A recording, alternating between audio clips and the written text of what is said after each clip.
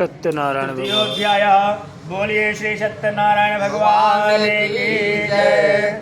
सूत उवाच पुनरग्रे प्रवक्ष्यामि श्रद्धं निषत्तमा पुराचुलिका मुखो नाम नृपासन्महामहि जितेन्द्रिय सत्यवादी यो देवालयं प्रति दिने दिने धनं दत्त्वा द्विजाः सन्तोषति भार्या तस्य प्रमुक्ता च सरोजवदना सति भद्रशीलान्दिते सत्यस्मृतमाचरा एतस्मिन् त्रे तत्र साधुर्यसमागता वाणिज्याता बौद्धरणके परिपूरिता। श्री सूत जी कहते हैं, हे श्रेष्ठ मुनियों, अब मैं पुनः आगे की कथा कहता हूँ, आप लोग सुने।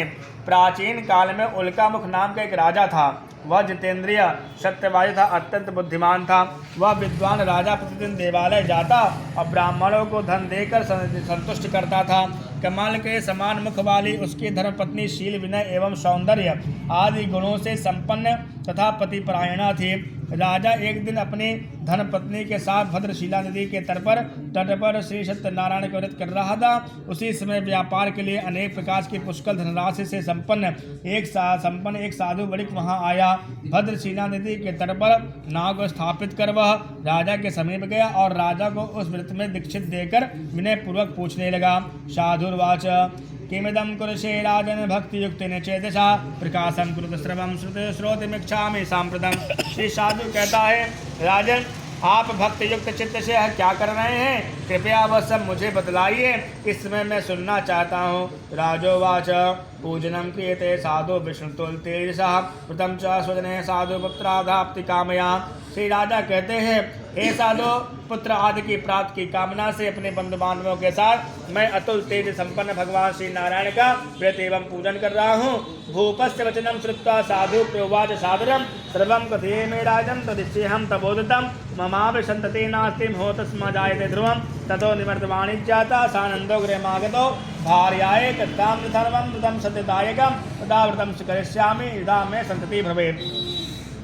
राजा की बात यह सुनकर साधु ने आदर पूर्वक कहा, राजन इस विषय में आप मुझे सब कुछ विस्तार पूर्वक बतलाइए। आपके कथनानुसार मैं व्रत एवं पूजन करूंगा। मुझे भी संतति नहीं है, इससे अवश्य ही संतति प्राप्त होती है। ऐसा विचार करके वह व्यापार से निवृत्त हो आनंद पूर्वक अपने घर गया। उसने अपनी भार्या से संतति प्रदान करने वाले इस सत्य व्रत को विस्तार पूर्वक बताया तथा जब मुझे संतति की प्राप्ति होगी तब मैं इस व्रत को करूंगा। इस प्रकार उस साधु ने अपनी भार्या लीलावती से कहा। एकस्मिन् दिवसे तस्य भार्या लीलावती सती भक्तियुक्तानन्दिता बोधधर्मपरायणा गर्भिणी सा भवतस्य भार्या सत्यप्रसादतः 10वें मासे वै तस्या कन्या रत्नमजायते। दिने दिने सावते शुक्लपक्षथा सति नाम्ना कलावती चेति तन्माग्रहं कृतं। ततो लीलावती प्राह स्वामिनं मधुरं वच न करोसि किमर्थं वै पुरा संकल्पितव्रतम्। एक दिन उसकी लीलावती नाम की सती साध्वी भार्या पति के साथ आनंद से ऋतुकालीन धर्माचरण में प्रवृत्त हुई और भगवान श्री सत्यनारायण की कृपा से उसकी वह भार्या गर्भिणी हुई। 10वें महीने में उससे कन्या रत्न की उत्पत्ति हुई और वह शुक्ल पक्ष के चंद्रमा की भांति दिन प्रतिदिन बढ़ने लगी। उस कन्या का कलावती यह नाम रखा गया।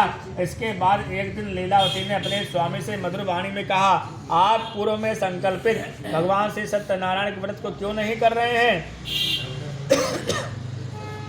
साधुवाच विवाह समये तस्या करिष्यामि व्रतं प्रिये इति भार्या समस्वाय जगाम नगरं प्रति। तथा कलावती कन्या विदे पृथिवी पितृवेश्मनि दृष्ट्वां कन्यां तथा साधु नगरे सखीवशः मन्त्रियत्वा दूतं प्रेषयाम धर्मवितः विवाद च कन्याया वरं श्रेष्ठं विचार्य तेनागप्तसदूतौ स काञ्चनं नगरं नजो तस्मादेकं बलिपुत्रं समादाय गतो सः दृष्ट्वां तु सुन्दरं बालं बलिपुत्रं विकुलान्वितं यादवी मन्त्रवे साधे साधुपुरस्ते परितोष्टेन चेतसः दत्तवान् साधुपुत्राय कन्या विधि विधानतः। श्री साधु कहता है, हे प्रिय, अब इसके विवाह के समय व्रत करूंगा। इस प्रकार अपनी पत्नी को भली भांति आश्वासित कर वह व्यापार करने के लिए नगर की ओर चल पड़ा। इधर कन्या कलावती पिता के घर में प्रतिदिन बढ़ने लगे। तदंतर धर्मज्ञ साधु ने सगर में सखियों के साथ कि अपनी कन्या को खेलती हुई अपनी कन्या को विवाह योग्य देखकर आपस में मंत्रणा करके कन्या के विवाह के लिए श्रेष्ठ वन का अन्वेषण करो, ऐसा दूत से कहकर शीघ्र ही उसे भेज दिया। उसकी आज्ञा प्राप्त करके दूत कांचन नामक नगर में गया और वहां से संपन्न वहां से एक वणिक पुत्र को लेकर आया। उस साधु ने उस वणिक के पुत्र को सुंदर गुणों से संपन्न देखकर अपने जाति के लोगों तथा बंधु बांधवों के साथ संतुष्ट चित्त हो विधि विधान से वणिक पुत्र के हाथ में कन्या का दान कर दिया। उस समय वह साधु वणिक दुर्भाग्यवश भगवान का वह उत्तम व्रत भूल गया। पूर्व संकल्प के अनुसार विवाह के समय व्रत न करने के कारण भगवान उस पर रुष्ट हो गए। कुछ समय के पश्चात अपने व्यापार कर्म कुशल व साधु वणिक काल की प्रेरणा से अपने दामाद के साथ व्यापार करने के लिए समुद्र के समीप स्थित रत्नसारपुर नामक सुंदर नगर में गया और अपने श्री संपन्न दामाद के साथ वहां व्यापार करने लगा। तदंतर वे दोनों राजा चंद्रकेतु के रमणी उस नगर में गए। उसी समय वह भगवान श्री सत्यनारायण ने उसे भ्रष्ट प्रतिज्ञ देखकर इसे दारुण कठिन और महान दुख प्राप्त होगा ऐसा यह शाप दे दिया। एकस्मिन् दिवसे रागेव धर्मादाय तस्करः तत्रैव सागतो सवलिजो यत्र संस्थितौ तत्पश्चात् धावकान् दूतान् भीतस्वाभीतर्षेदतः धनं संस्थाप्य तत्रैव साधु शीघ्रे मलिक्षतः ततो दूता समायाता यत्रास्तो सतनो वणिक दृष्टवान् प्रधनं दत्त्वा बद्धानीतो वलिक्षतः हर्षेण सावमानस्य प्रचुरं समीपतः तस्करो समानीतो विलोक्याप्यप्रभो। एक चोर राजा चंद्रकेतु के धन को चुराकर वहीं आया जहां दोनों वणिक स्थित थे। वह अपने पीछे दौड़ते हुए दूत को भयभीत देखकर वही धन वहीं छोड़कर शीघ्र ही छिप गया।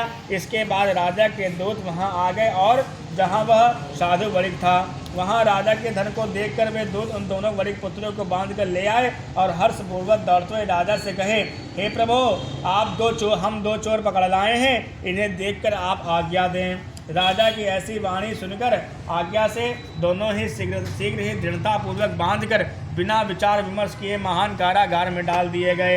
भगवान सत्यदेव की मन माया से किसी ने उन दोनों की बात तक नहीं सुनी और राजा चंद्रकेतु ने उन दोनों का धन भी ले लिया। तच्छा पाचतयो गृहे भार्या चैवार दुखिता चौराणे पहतम सर्वे गृहे यच स्थितं धनम आदि व्याधि समायुक्ता चित्ता पाशाद दुखिता अन्य चिंता परा भूत्वा बभ्राम च गृहे गृहे कलावती कन्यापि बभ्राम प्रतिभाषणम् एकस्मिन् दिवसे यात्रा शुत्रा निज मंदिरं गत्वा सबस्य प्रथम सत्यनारायणेश्च उपविश्य कथां श्रुत्वा प्रातिवर्तव्यपि प्रसादं भक्षणं कृत्वा यो रात्रो गृहं प्रति। उन भगवान के शाप से वणिक के घर में उसकी भार्या भी अत्यंत दुखित हो गई और उनके घर में सारा जो धन था वह चोर चुरा लिया और वह लीलावती सारी था मानसिक पीड़ाओं से युक्त होकर भूख और प्यास से दुखी हो अन्न की चिंता से दर दर भटकने लगी और कलावती कन्या भी भोजन के लिए उधर इधर प्रतिदिन घूमने लगी। एक दिन क्षुधा से पीड़ित हो वह कलावती एक ब्राह्मण के घर गई। वहां जाकर उसने श्री सत्यनारायण के व्रत पूजन को देखा। वहां बैठकर उसने कथा सुनी और वरदान मांगा। तदंतर प्रसाद ग्रहण करके वह कुछ रात होने पर घर गई। माता कलावती कन्यां प्रकृतियां प्रेमतः पुत्री रात्रिस्त्रां कुत्रं के मनसि वर्तते कन्या कलावती प्राह मातरं प्रति सत्वरं तुजाले व्रतं मातृदृष्ट्या वांछितसिद्धिदं तद्वाक्या भगवद्वाक्यं व्रतं कृतसमुदतः सा मुदा तु वणिकभार्या सत्यनारायणेश्च एकव्रतं कृत्यैव सख्यैव साध्वी बन्धुविश्वजने सह भद्रजा मातरो क्षिप्रमागतु स्वमाश्रमम् अपराधं च मे भद्रजामसन्त्रमहर्षि प्रजानेन दृष्ट्वा सत्यनारायण पुनः दर्शयामाश स्वप्नं श्रीचन्द्रकेतु नपोत्तमां वन्दिनो मोचया प्राप्तवार्यो श्रवदसत्ततः देयं धनं तदा स्वगृहं कृत्वा सत्त्वाभिधुना योजित्वां नश्यामि स्वराज्य धनपुत्रकम्। माता लीलावती ने तुलावती कन्या से प्रेम पूर्वक पूछा, पुत्री रात में तू कहाँ रुक गई थी, तुम्हारे मन में क्या है? क्या कलावती कन्या ने तुरंत माता से कहा, माँ, मैंने एक ब्राह्मण के घर में मनोरथ प्रदान करने वाला व्रत देखा है। प्रदान करने वाला व्रत देखा है। कन्या की उस बात को सुनकर वह वणिक की भार्या व्रत करने के लिए उद्यत हुई और मन में तो प्रसन्न मन से उस साध्वी ने भगवान के साथ भगवान श्री सत्यनारायण का व्रत एवं पूजन किया। इस प्रकार प्रार्थना की, भगवान हमारे पति एवं दामाद के अपराध को क्षमा करें, वे दोनों अपने शीघ्र ही घर आ जाएं। इस व्रत से भगवान से सत्यनारायण पुनः संतुष्ट हो गए तथा उन्होंने नृपश्रेष्ठ चंद्रकेतु को स्वप्न दिखाया और स्वप्न में कहा, हे नृपश्रेष्ठ, प्रातःकाल प्रातः काल दोनों बड़े पुत्रों को छोड़ दो और वह सारा का सारा जो धन लिया था जो तुमने उनसे इस समय ले लिया है, अन्यथा राज्य एवं धन पुत्र सहित तुम्हारा सर्वनाश कर दूंगा। राजा से स्वप्न में ऐसा कहकर भगवान सत्यनारायण अंतर ध्यान हो गए और इसके अनंतर प्रातः काल राजा ने सभासदों के साथ सभा के मध्य बैठकर अपना स्वप्न लोगों को बताया और दोनों बंदी बड़े पुत्रों को शीघ्र ही मुक्त कर दो। राजा की ऐसी बात सुनकर वे राजपुरुष दोनों महाजनों को बंधन मुक्त करके राजा के सामने लाकर विनय पूर्वक बोले, महाराज बेड़ी बंधन से मुक्त करके दोनों बड़े पुत्रों को ले आए हैं। इसके बाद दोनों महाजन बड़े पुत्र देवश्रेष्ठ चंद्रकेतु को सपने प्रणाम करके अपने पूर्व वृत्तांत का स्मरण करते हुए भयविह्वल हो गए और कुछ बोल न सके। राजा ने बड़े पुत्रों को देखकर आदर पूर्वक कहा, दैवात प्राप्तम मधुकुमिदानेन नास्ति भय भयम तदा निकट सत्यागम क्षौर कर्माधिकार्यतः वस्त्रालंकारकम दत्वा पुरस्कृत बड़े पुत्रों को आप लोगों को प्रारब्धवश यह महान दुख प्राप्त हुआ है, इस समय अब कोई भय नहीं है। ऐसा कहकर उनकी बेड़ी खुलवाकर क्षौर कर्म आदि कराया।